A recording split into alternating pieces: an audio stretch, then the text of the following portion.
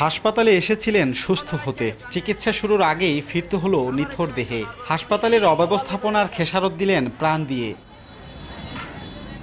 রোববার সকালে শ্বাসকষ্ট নিয়ে গাজীপুরের শহীদ তাজউদ্দিন আহমদ মেডিকেল কলেজ হাসপাতালের মেডিসিন বিভাগে ভর্তি হন মমতাজ বেগম। 10টার দিকে তাকে সিসিইউতে পাঠানো হয়। 11 তলা থেকে 4র্থ তলায় নেওয়ার সময় হঠাৎ লিফট বন্ধ হয়ে যায়। এতে রোগীসহ 16 জন 45 মিনিট ধরে আটকে থাকে লিফটে। চিৎকার চেঁচামেচি শুনে বাইরের কেউ একজন জাতীয় জরুরি সেবা 999-এ ফোন দেন। এর মধ্যে আটকে পড়া অনেকেই হুড়োহুড়ি করে লিফটের উপরের অংশ ফাঁকা করে বের হন। ততক্ষণে শ্বাস বন্ধ হয়ে মারা যান মমতাজ বেগম। পরে পুলিশ এসে লিফটের ভেতর থেকে তার মরদেহ উদ্ধার করে। স্বজনদের অভিযোগ, হাসপাতাল কর্তৃপক্ষের গাফলতি ও অব্যবস্থাপনার কারণেই মৃত্যু।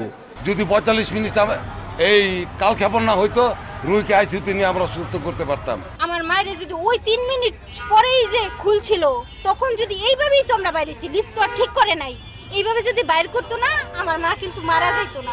4 তলা থেকে 11 তলা পর্যন্ত আমি 5 বার আপ ডাউন করছি, সবার কাছে গেছি। দেখা যায় একটা দুর্ঘটনা ঘটছে, আমাদের জন্য আতঙ্ক।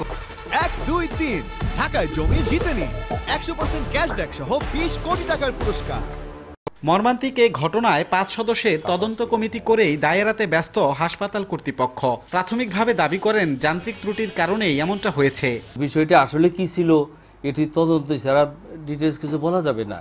যেহেতু তদন্ত কমিটি আমরা গঠন করেছি, জানা যাবে কি এই ধরনের দুঃখজনক ঘটনাটি কি জন্য ঘটেছে। এর আগে 3 মে একই হাসপাতালের 12 তলার একটি ফাঁকা দিয়ে নিচে পড়ে জিল্লুর রহমান নামে এক রোগীর মৃত্যু হয়। রাজিবুল হাসান, সময় সংবাদ, গাজীপুর।